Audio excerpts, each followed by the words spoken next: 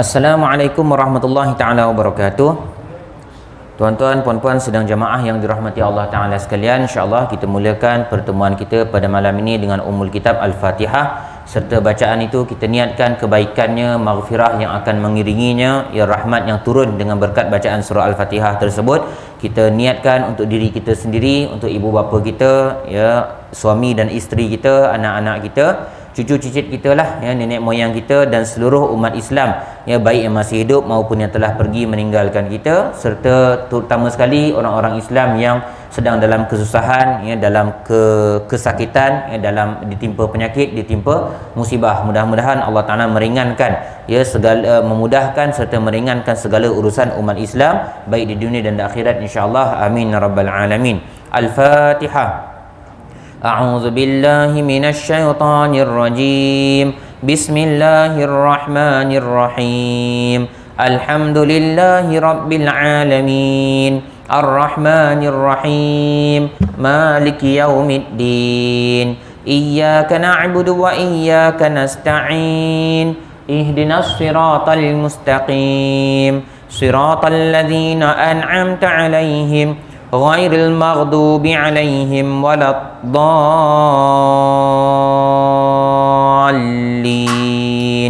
آمين. Alhamdulillahi Rabbil Alamin. Wassalatu wassalamu ala ashrafil anbiya'i wal mursalin Sayyidina Muhammadin wa ala alihi wa sahbihi ajma'in. Rabbi shrah lana sudurana wa yassir lana umurana wahlul 'uqdatam min alsinatina yafqahu aqwalana. Rabbana iftah bainana wa baina qaumina bil haqqi wa anta khairul fatihin. Wa la haula wa la quwwata illa bika ya arhamar rahimin. Amma ba'd. Tuan-tuan dan puan yang dirahmati Allah Ta'ala sekalian, Alhamdulillah, yang bersyukur kita kehadrat Allah Subhanahu Wa Ta'ala atas peluang untuk kita sama-sama datang mengimarahkan rumah Allah Subhanahu Wa Ta'ala pada malam ni, walaupun hujan lebat, ya, daripada bila semalam, daripada pagi tadi, ya, Masya Allah Tabarakallah, ya, mudah-mudahan kita diselamatkan daripada bala, ya, daripada banjir, daripada terganggu, ya, urusan kehidupan kita dan lebih-lebih lagi urusan ibadat kita lah, insya-Allah. Baik, saya mohon maaf, ya, saya mohon maaf kepada tuan-tuan dan puan-puan semua, untuk memulakan, ya, kuliah takmil kita pada malam ni. Saya nak berkongsi sikit lah, ya, saya nak berkongsi sikit pengalaman saya, ya, mendapat teguran, ya, tentang 3 perkara, ya, mendapat teguran tentang 3 perkara baru-baru ni saya dapat pada 10 hari bulan hari tu, ya. Lebih-lebih lagi benda ni dia berkaitan dengan pengurusan solat Jumaat, ya, pengurusan solat Jumaat, maksudnya tentatif solat Jumaat tu,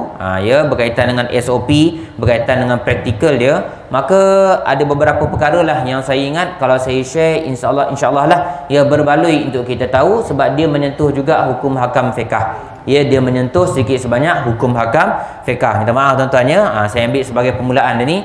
Insya-Allah pada malam ni kita baca surah Ar-Ra'di.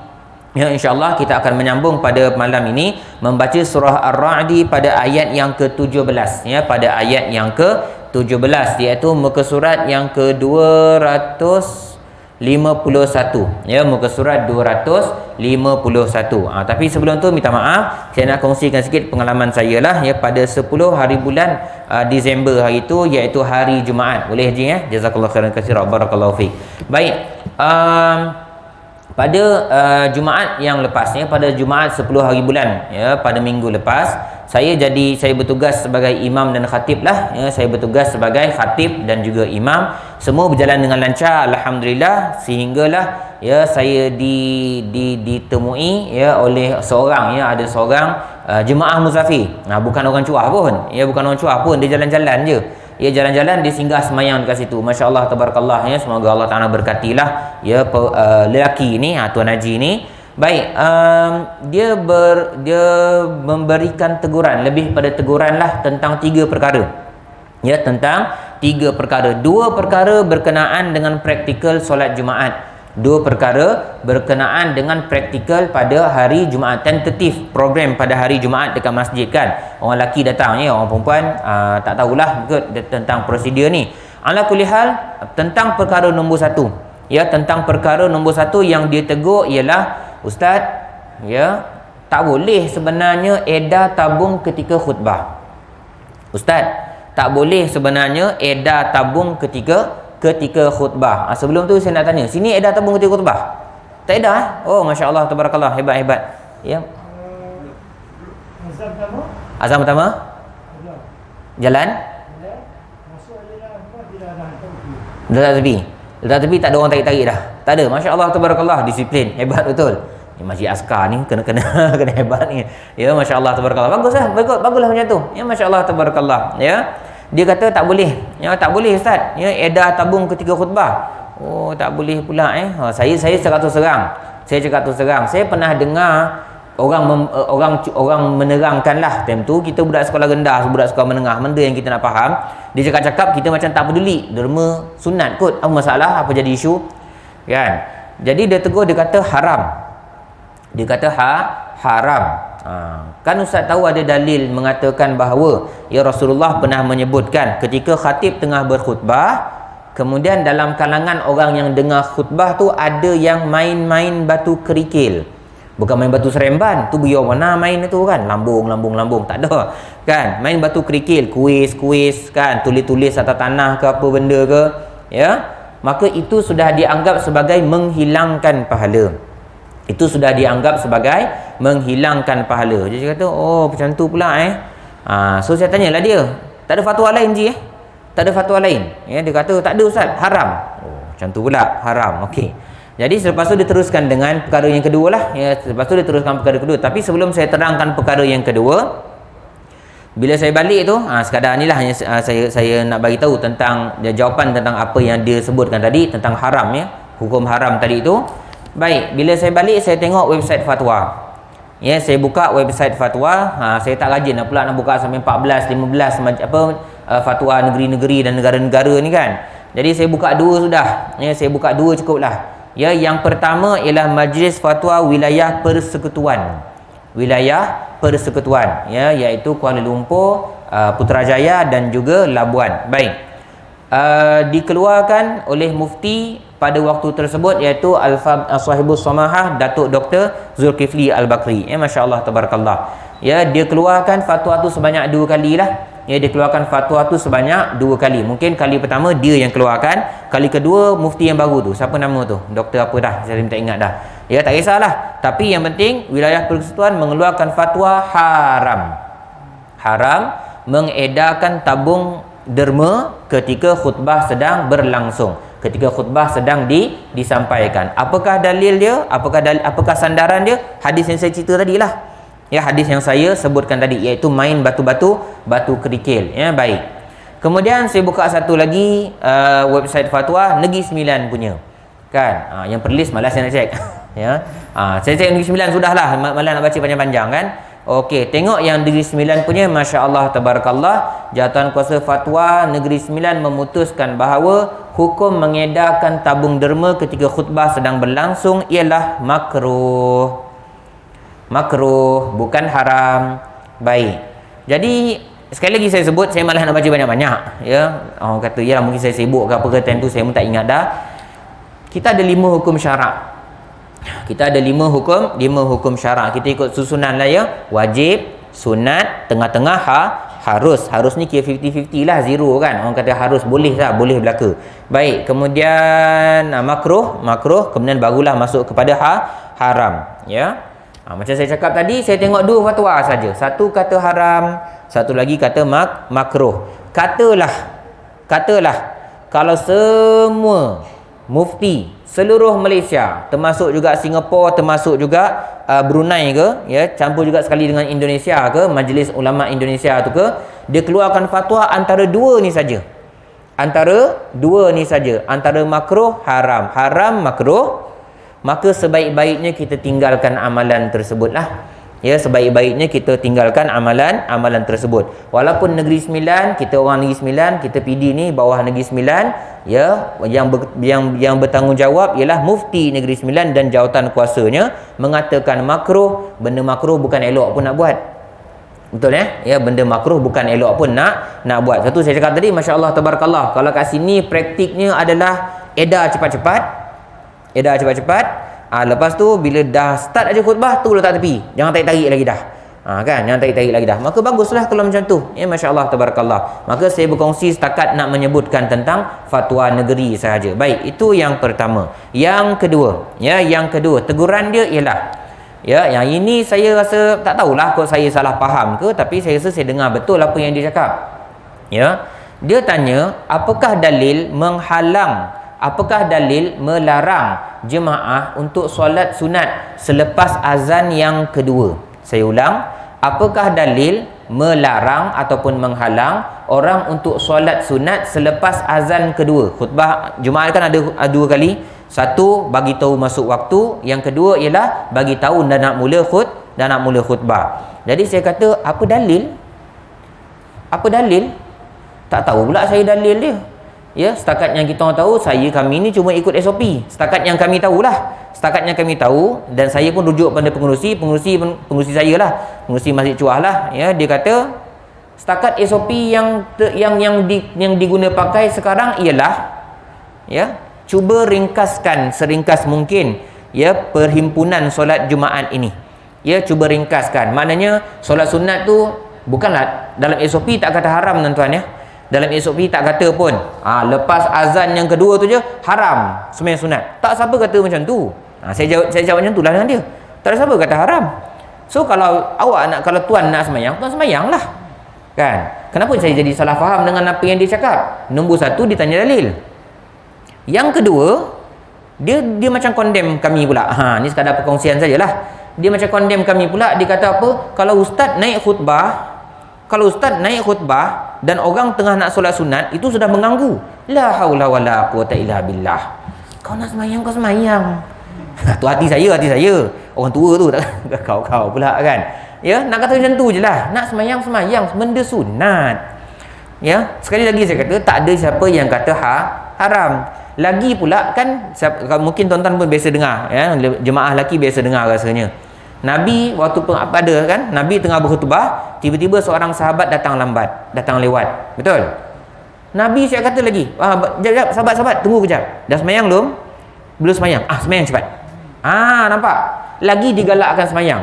So, ada kata haram? Tak ada kata haram pun. Tapi part yang dia kata mengganggu tu, kalaulah, ni saya tak cakap dengan dia lah, saya cakap dengan tuan-tuan. Saya tak cakap dengan dia. Kalaulah khutbah, khatib naik berkhutbah dianggap mengganggu orang yang sembahyang sunat, imam berzikir la ilaha illallah, Allahu akbar, subhanallah, takbir, tahmid, tahlil apa semua tu selepas sembahyang fardu tu, itu sudah dikira mengganggu untuk orang yang nak sembahyang sunat dekat belakang. Itu je logiknya. Itu logik saya. Masya-Allah tabarakallah. Jadi pada saya nombor 2 tak jadi isu. Tapi saya sekadar saya nak kongsi sajalah. Dia kata apa dalil? Saya kata tak ada dalil. Kalau berminat sangat tuan nak tahu tentang dalil, tanya MKN, tanya KKM, banyak warna K ni. Tanya Jawatan Kursus Fatwa ataupun badan yang mengeluarkan hukum. Tanya tiga-tiga ni sudah. Dia yang bertanggungjawab. Tuan-tuan, sekali lagi saya cakap, minta maaf ni bukan cakap politik. Sembahyang berjarak ni, tuan-tuan tak bertanggungjawab sikit apa benda. Tuan-tuan tak bertanggungjawab tentang dalil. Tuan-tuan jangan risau. Tak usah nak kata apalah itu apa. Nah. Jangan risau. Orang yang mengeluarkan hukum, yang mengeluarkan fatwa tu, dia bertanggungjawab untuk jawab depan Allah Ta'ala. Yang penting kita semayang. Dia yang kita menyampah ni, saya pernah cakap dulu ni kan, yang kita menyampah bising-bising pasal jarak-jarak, tak datang semayang pun. Tak datang semayang pun. Sembang kari lebih. Masya Allah tabarakallah. Itu nombor 2. Baik. Nombor 3, yang ini memang saya, ni antara sebab saya tiga-tiga saya nak share dengan tuan-tuan. Tapi nombor 3 ni pada saya paling penting sebab dia kena pada diri saya sendiri, dan saya kena surrender lah, saya sebagai insan yang banyak kelemahan. Yang nombor 3 memang direct dia cakap tentang saya lah. Dia kata apa? Ustaz baca sedap. Wah, baik punya lambung. Kan, baik punya timang kan. Ustaz baca sedap, Ustaz baca lancar. Masya Allah tabarakallah. Hati ada bunga-bunga tu, tapi aku standby je. Tiba-tiba dia smash. Dia kata apa? Tapi Ustaz, ada tapi tu. Tapi Ustaz baca surah Fatihah macam ada saktah pada waladdallin. Yang itu saya surrender. Sekali lagi saya ulang. Dia kata Ustaz baca surah Fatihah macam ada saktah pada ghairil maghdubi alaihim waladdallin. Tang mana macam saktah tu? Tang mana macam saktah? Tuan-tuan dengar, yang ni saya cakap terus terang. Saya dah terbiasa dengan bacaan ni, kalau tak salah saya daripada sekolah menengah ataupun daripada diploma. Kita belajar tajwid kan, kita belajar makhraj huruf kan. So kita menjadi naik syekh lah, konon-konon nak sebut macam Arab lah, kengkonon. Tak Arab pun, Pan Asia je kan. Jadi so saya baca, saya dah terbiasa. Minta maaf saya cakap, saya selama ni pun saya memang baca macam tu. Ghairil maghdubi alaihim itu yang dia tegur. Ghairil maghdubi alaihim waladdallin, itu yang dia tegur. Yang itu dia tegur, saya tergelak. Yang dia tegur, saya mengaku tuan, terima kasih tuan kerana mengingatkan. Ya, memang betul, yang itu saya memang silap. Tapi sejujurnya saya bukan nak backup diri saya lebih. Tidak. Sejujurnya saya tak niat saktah pun. Saya cuma berniat nak sebut makhraj huruf dad. Saya cuma berniat nak sebut sebaik mungkin makhraj huruf dad. Saya nak tanya tuan-tuan, dad keluar tang mana tuan-tuan? Tang mulut lah ustaz. La ilaha illallah. Dad keluar tang mana? Mulut kita, lidah kita ni sama ada kita sumbat belah kanan ataupun sumbat belah kiri. Bukan keluarkan lidah. Sumbat belah kanan atau sumbat belah kiri. Saya rasa pernah share dulu kan. Masya Allah, tabarakallah. Itu kaedah menyebut huruf dad yang sebenar, ya, yang sepatutnya, ya, baik. Jadi itulah, maka saya macam saya cakap tadi, macam naik syekh, macam naik bersemangat. So saya baca macam itulah. Tak sangka pula nampak macam saktah. Jadi saya ambil peluang ini, ya. Kalau lah kot ada dalam kalangan tuan-tuan, ya. Oh, Ustaz Muhammad ajar tajwid, dia baca macam tu, kita ikut sekali lah. Jangan. Hari ni saya clarify. Hari ni saya kena mengaku salah, benda tu tak betul. Kan? Yang kalau tuan-tuan baca salah, tuan-tuan ikut cara saya salah, saya tanggung sampai kiamat tuan-tuan. Jangan macam-macam. Ya, setiap start daripada 10 hari bulan itu, semua tempat saya bagi keluar, semua saya cakap. Yang saya ajar tajwid lah, semua saya cakap. Ya, masya-Allah, tabarakallah. Dan okeylah, sebagai kesimpulan untuk tiga-tiga perkara tadi, terutama sekali berkenaan tajwid tuan-tuan, ya. Terus terang saya cakap, ni jujur ni. Ni ada rakaman ni, live. Ya, masya-Allah, tabarakallah. Ya, saya mengucapkan terima kasih kepada tuan-tuan puan-puan semua. Ya, tuan-tuan kata ustaz minta ajar Quran lah, ustaz terang bab tajwid lah, kan? Ustaz terang waqaf ibtidak lah, ustaz lead kita baca mengaji ramai-ramai lah. Terima kasih tuan-tuan. Saya anggap itu sebagai satu pengiktirafan kepada saya. Saya menghargai sangat-sangat. Saya cuma mampu doa kebaikan saja untuk tuan-tuan dunia akhirat. Amin rabbal alamin. Tapi sekali lagi saya cakap, ini bukan nak cenekeh, ya. Ini bukan nak pemalas ni. Saya manusia biasa. Saya mana-mana guru Quran, mana-mana guru tahfiz, mana-mana guru-guru tajwid, ustaz ustazah, kami manusia biasa. Ya, lebih-lebih lagi yang bukan Arab ni. Yang lebih-lebih lagi bukan Arab ni. Ya, tuan-tuan, kami termasuk saya, kami guru-guru tajwid termasuk saya, kami boleh bagi fatwa 100% perfect. Kami boleh bagi teori 100% perfect. Dhalin 6 harakat tuan-tuan. Dhalin mad lazim 6 harakat. Mad jaiz berapa? 2, 3, 4, 5, 6. Boleh. Saktah macam mana? Kami boleh bagi tahu. Tapi praktikal, minta maaf sangat-sangat, kadang-kadang kami salah. Kami manusia biasa. Macam saya cakap tadi, Pan Asian kan, Johor campur dengan Negeri Sembilan. Macam mana kan? Masya-Allah, tabarakallah. Jadi kalau terlajak tu saya mohon maaf sangat-sangat lah. Tapi insya-Allah sebaik mungkin lah yang saya boleh kongsikan, ya, biiznillah taala. Yang jelas tuan-tuan, ya, masya-Allah, tabarakallah. Okey. Jadi kita teruskan. Okey, barulah habis saya punya perkongsian tentang pengalaman saya tersebut. Mudah-mudahan Allah Taala merahmatilah, ya, tuan yang menegur tadi tu, insya-Allah. Amin rabbal alamin. Jadi kita teruskanlah, ya. Terus kita masuk pada perkongsian utama kita pada malam ini. Oh, panjang ayat tu, ya, masya-Allah, tabarakallah. Ayat ke-17 daripada surah Ar-Ra'di pada muka surat ke-251. Pada muka surat 251. Sebelah kanan ni tuan-tuan, ya. 251. Ini dah tengah-tengah juzuk 13 ni. Ya, ini sudah tengah-tengah juzuk 13. Baik. Kita tengok dari sudut waqaf dan ibtidak, ya, serta hukum hakam tajwid mana yang perlu kita tekankan insya-Allah. A'udzubillahi minasyaitonirrajim. Bismillahirrahmanirrahim. Anzalah, ya, tengok pada skrin dekat depan. Anzalah, ya, ikhfa kita ada dengung 2 harakat. Anzala minas sama, sama 4 harakat, ma 4 harakat. Ma'an dengung lagi ikhfa. Fasalat audiyatun biqadariha. Biqadariha boleh berhenti. Ya, insya-Allah pada malam ni kita berhenti ramai-ramai dekat biqadariha. Lepas tu teruskan. Fahtamalas sailu zabadar. Zabadar rabia. Ya, tanwin jumpa ra, idgham bila gunnah, rabian berhenti jadi rabia. Teruskan. Wa mimma yuqiduna alaihi fin nari ibtigha'a hilyah. Hilyah, ya, berhenti pada hilyatin dan dengan ungkapan, dengan sebutan hilyah ta marbutah. Okey, ambil balik daripada ibtigha.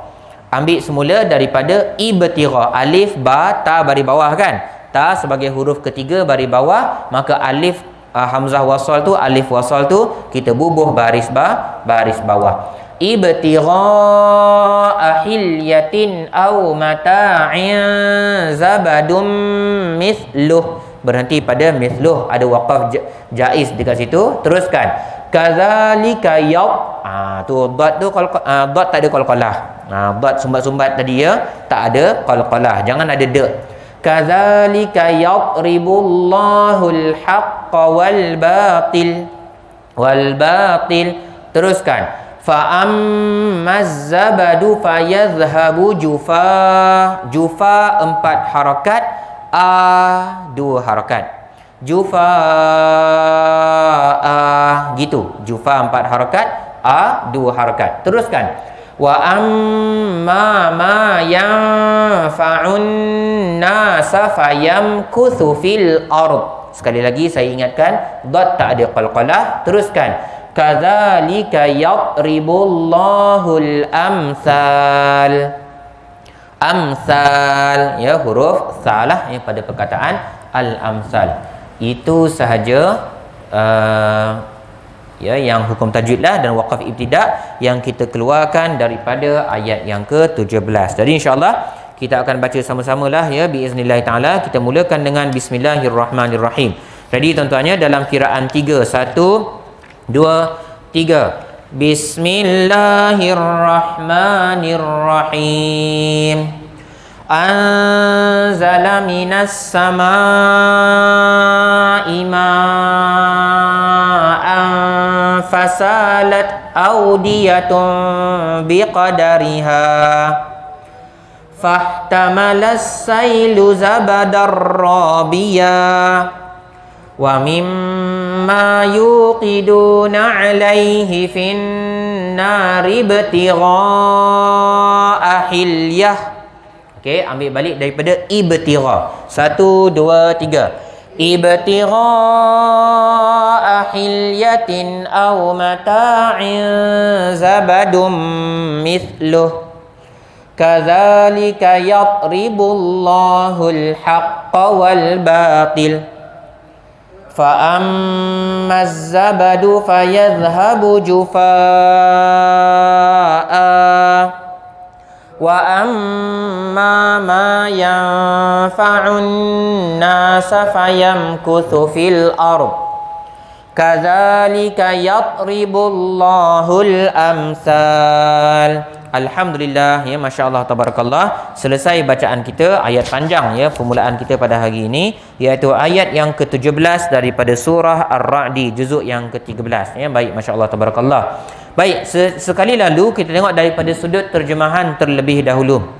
Ya, kita bacakan terjemahannya terlebih dahulu. Anzala minas sama', dia menurunkan daripada langit. Dia ini tak lain tak bukan merujuk kepada Allah Subhanahu wa taala. Dia menurunkan daripada langit itu air. Air banyak tuan-tuan. Ya, air di dalam ayat ni dan ramai lagi ulama-ulama tafsir, boleh dikatakan majoriti kalaupun tidak semua, air kat sini merujuk kepada hujan. Boleh tak kalau agak-agak kalau tafsiran ini, ya ayat ini kita kata air salji. Salji daripada langit juga. Boleh tak kita kata air batu, ais. air batu betul, macam hujan air batu kan, betul-betul turun tu, jatuh tu, masya-Allah tabarakallah. Boleh atau tidak? Baik. Ayat ini dia cakap berdasarkan konteks, berdasarkan jalan cerita ayat ni merujuk kepada air hujan sahaja. Merujuk kepada air hujan sahaja. Kenapa? Kita sambung baca terjemahan dia. Allah menurunkan air daripada langit, iaitu air hujan, lalu ia mengalir. Nampak? Bukan Allah Ta'ala kata air tu stuck, air tu jadi beku, air tu jadi mampat. Tidak. Air tu mengalir. Maka air hujan lah, ya. Fasalat audiyatum biqadariha, lalu mengalirlah air itu di lembah-lembah menurut kadarnya yang ditetapkan. Biqadariha, ya, mengikut kadar ataupun saiz lembah. Ya, kadarnya bukan kadar air, ya. Kadar tu maksudnya kadar lembah, keluasan lembah dalam gaung. Ya, kalau gaung tu dalam, boleh bawah tu sesuai untuk tampung air, mungkin airnya banyak yang dia takungkan. Kalau air tu orang kata cetek saja, rendah saja, mungkin sikit saja ataupun rendah sikit saja ataupun cetek saja air yang dia takungkan. Itu maksudnya. Teruskan. Fahtamala sailu zabadar rabiya, maka arus, as-sailu ialah arus. Arus itu membawa buih yang terapung-apung. Mana perkataan buih? Perkataan zabad. Perkataan zabad. Zai ba dal. Ya, zabad. Baik, ini merujuk kepada buih. Baik, kita teruskan.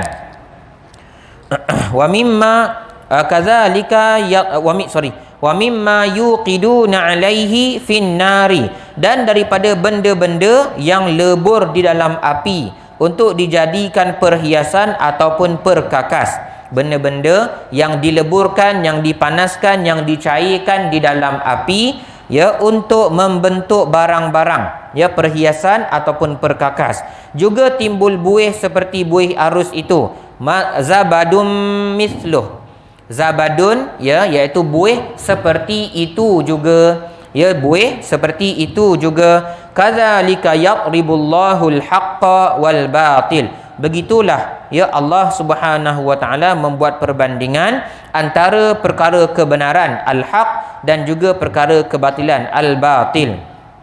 Fa ammaz zabadu, ya, fa ammaz zabadu, adapun buih, ya, adapun buih akan hilang. Fa ammaz zabadu fayadhhabu jufaa, dia akan, kalau bahasa lama-lama kata apa, sirna, dia akan hilang, dia tak kekal lama, dia akan menghilang. Wa amma ma yanfa'un nas, maka adapun benda-benda yang bermanfaat kepada manusia, ya, fayamkusu fil ard, maka perkara yang memberi manfaat kepada manusia, dia akan kekal di atas permukaan muka bumi. Kadzalika yadribullahul amsal, demikianlah caranya Allah Subhanahu wa taala membuat perbandingan. Ya, masya-Allah tabarakallah. Jadi dalam ayat ini Allah Taala memperkenalkan kepada kita satu konsep, iaitu konsep buih sebagai perkara yang dipandang sebagai sia-sia. Allahumma salli Muhammad.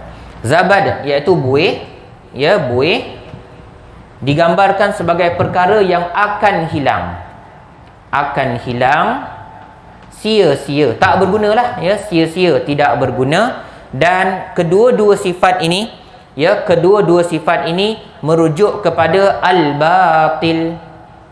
Apa sahaja konsep, apa sahaja kefahaman, apa sahaja akidah yang dikira sebagai tertolak, tidak diiktiraf oleh Allah Subhanahu wa taala, dinamakan sebagai al-batil. Contoh, tauhid, menyembah satu-satunya Tuhan yang sebenar, itu adalah al-haq. Itu adalah al-haq, itu adalah realiti, itu adalah kebenaran. Menyembah mana-mana Tuhan walaupun satu, mana-mana Tuhan walaupun satu, tetapi konsepnya salah. Contoh, dia sembah satu Tuhan tapi Tuhan tu makan. Dia sembah satu Tuhan tapi Tuhan itu berperangai macam manusia. Ya, sembah satu Tuhan tapi Tuhan itu tak boleh bergerak. Itu semua konsep yang dinamakan sebagai al-batil. Ya, dalam surah lain Allah Taala menyebutkan wa qul ja'al haq wa zahaqal batil innal batila kana zahuqa.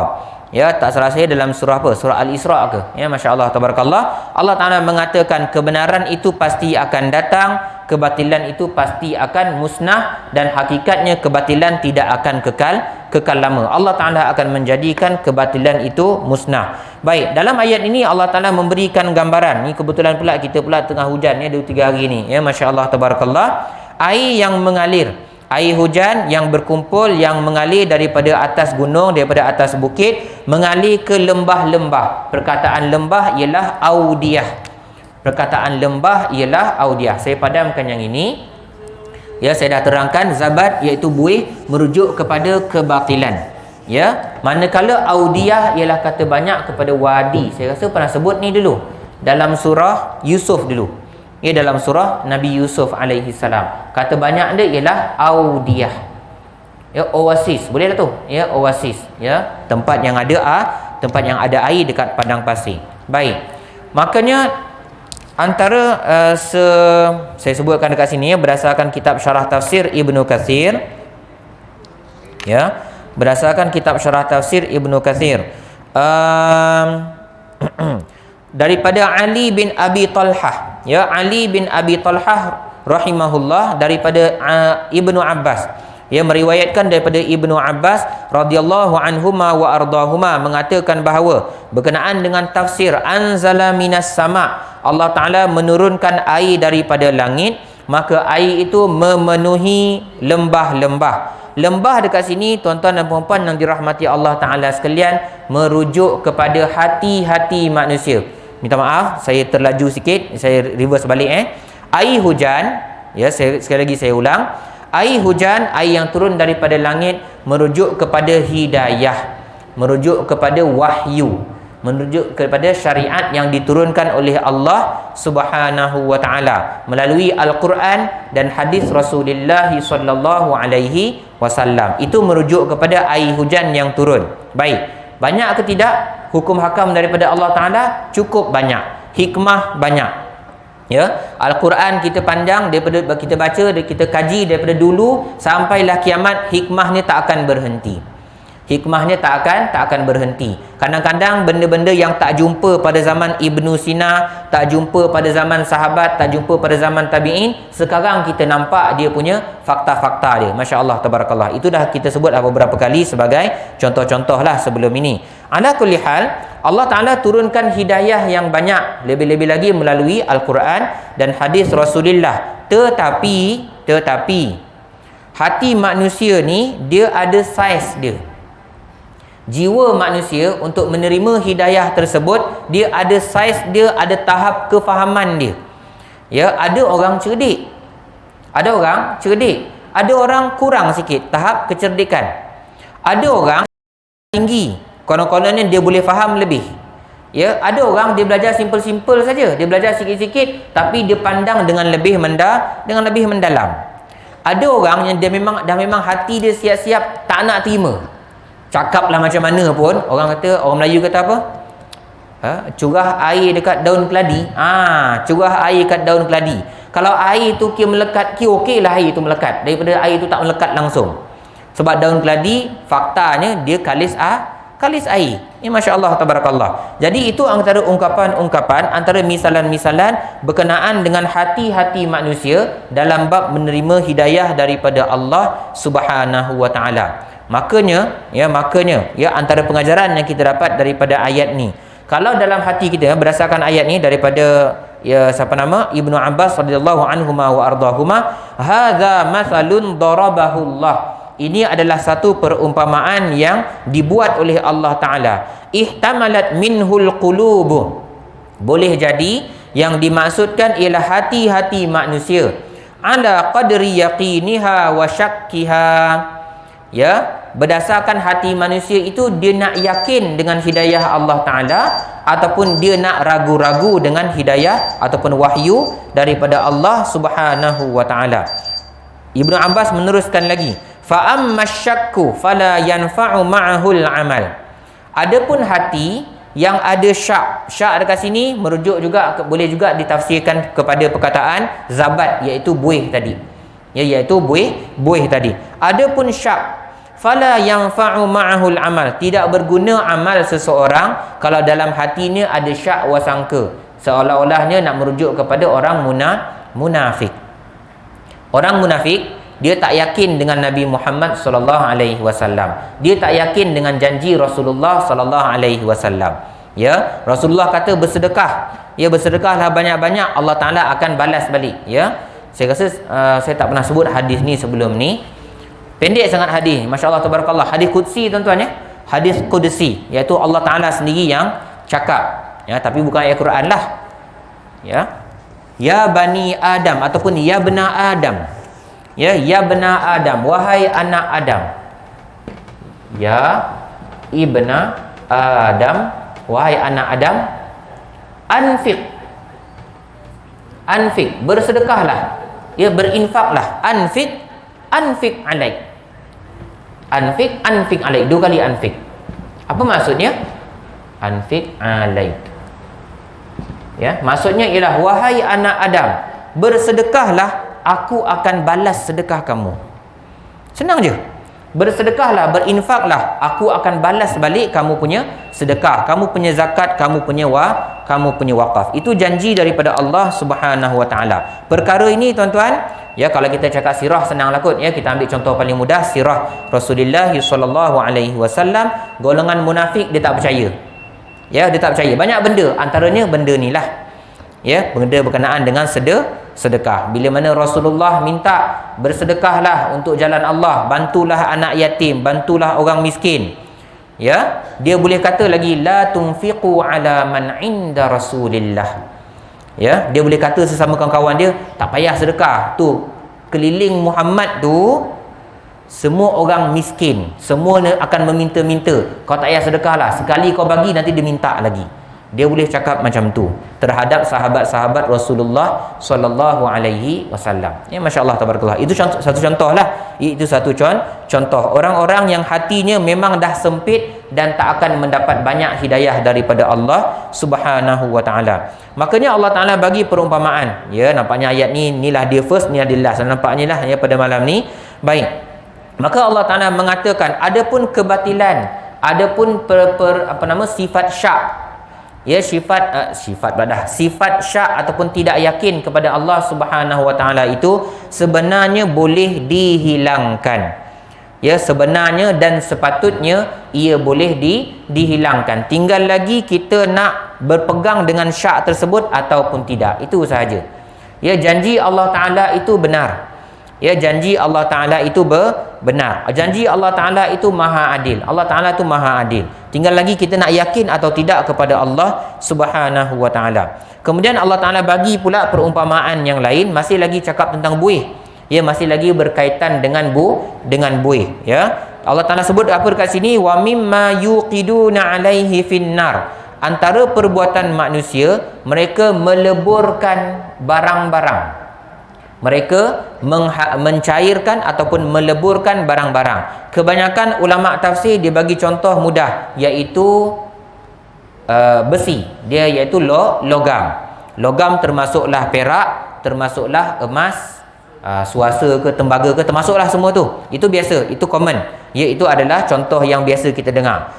Adapun kalau zaman sekarang ada juga benda-benda lain yang kita leburkan dalam kepanasan, dalam api yang panas. Kemudian kita bentuk benda-benda tersebut. Apa dia contoh dia? Kaca. Antaranya kaca, ya, antaranya kristal. Ya, antaranya batu permata. Batu permata kalau dapat daripada lombong buruk wamanah. Kan? Dia nak kena bakar dulu, nak kena potong dulu, nak kena asah dulu, baru dia berkilat, baru dia ada bentuk yang cantik. Ya, masya-Allah tabarakallah. Itu semua perlukan kepada api, perlukan kepada kepanasan. Maka benda-benda yang mahal tadi, iaitu emas, perak, batu permata, bila mana ia dalam bentuk yang asal, ya, bentuk yang asal yang nampak buruk tapi dia bernilai, dia bernilai. Seolah-olah hati manusialah yang mendapat hidayah daripada Allah Subhanahu wa taala. Dia perlukan kepada latihan. Dia perlukan kepada ketuk-ketuk. Orang kata jentik hati. Itulah ungkapan-ungkapan orang motivasi ni.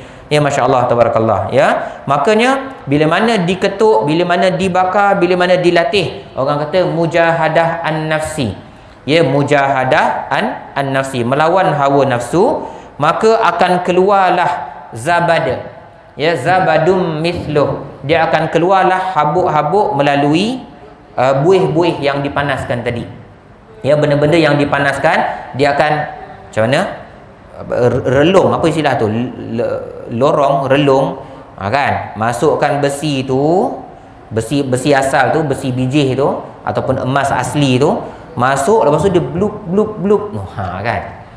Yang kekal itu yang mahal, yang boleh, yang akan timbul ialah habuk-habuk yang tak akan dipakai, yang tak akan dimasukkan ke dalam emas, ke dalam perak, ke dalam batu permata. Ya, itu perumpamaan yang dibuat oleh Allah Subhanahu wa taala. Dan juga antara gambaran lain, ayat Al-Quran ni tak sebut, ya. Al-Quran tak sebut, tapi ulama-ulama tafsir antaranya ialah Syekh Mutawalli Sya'rawi rahimahullah. Ya, Syekh Mutawalli Sya'rawi rahimahullah, bila mana dia menerangkan ayat ni, dia kata apa? Cuba kamu semua bayangkan apa rupa bentuk buih. Tak kisahlah buih dekat laut ke atau buih dekat dalam besi panas tadi tu. Buih letak dekat mana? Buih biasa letak dekat mana? Dekat atas. Buih biasanya dekat atas. Awal-awal tadi saya kata buih itu adalah gambaran kepada al-batil, kepada kebatilan. Benda-benda yang batil, orang-orang yang menyokong perkara-perkara yang batil, biasanya diorang ni berdegar-degar. Biasanya diorang cuba nak menjadi tinggi. Itu maksudnya. Biasanya diorang cuba nak menjadi tinggi, menunjukkan bahawa mereka lebih berharga, mereka lebih betul, mereka lebih tepat. Tapi sebenarnya last mereka itu dibuang. Ya, sebab apa? Fa ammaz zabadu fayadhhabu jufaa. Adapun buih, dia tidak akan kekal lama, dia akan hilang, dia akan sirna. Amma ma yanfa'un nas, maka adapun apa-apa perkara yang bermanfaat untuk manusia, daripada logam kita buat barang perhiasan, buat perkakas, daripada emas, perak, ya, dan batu-batu permata kita buat hilyah. Ni hilyah ni apa? Perhiasan. Hilyah ni apa? Perhiasan. Mata ni apa? Barang-barang berguna. Barang-barang berguna. Daripada besi kita buat pedang, buat parang, buat meja, buat kerusi dan lain-lain lagi perkakas, ya. Fayamkuthu fil ard, maka Allah Taala akan menjadikan kebenaran itu kekal di atas muka bumi, pasti akan kekal. Kadzalika yadribullahul amsal, begitulah antara contoh perumpamaan yang dibuat oleh Allah Subhanahu wa taala untuk menggambarkan ya kehidupan manusia ini yang tidak lari daripada al-haq dan juga al-batil, ya, kebenaran dan juga kebatilan, kesalahan dan kesesatan. Ya, saya ingat cukup sekadar itu saja dahulu, saya ringkaslah, ya, ringkas itu saja tu. Ya, kita kongsikan daripada ayat 17 daripada surah Ar-Ra'di. Insya-Allah pada masa akan datang, jika diizinkan oleh Allah Taala, kita akan teruskan perkongsian kita, bacaan kita pada ayat yang ke-18, ya, biiznillah taala. Aqulu qawli hadza wa astaghfirullahal azim li wa lakum. Bismillahirrahmanirrahim.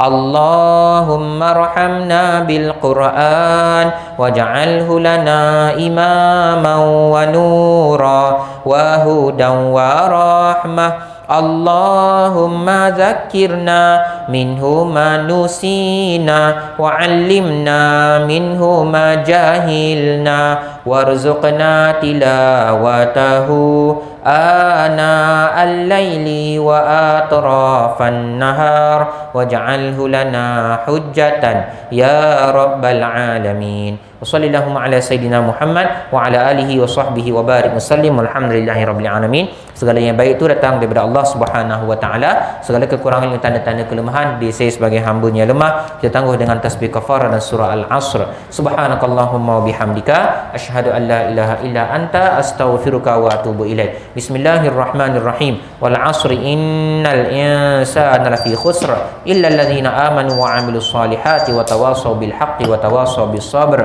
Assalamualaikum warahmatullahi taala wabarakatuh.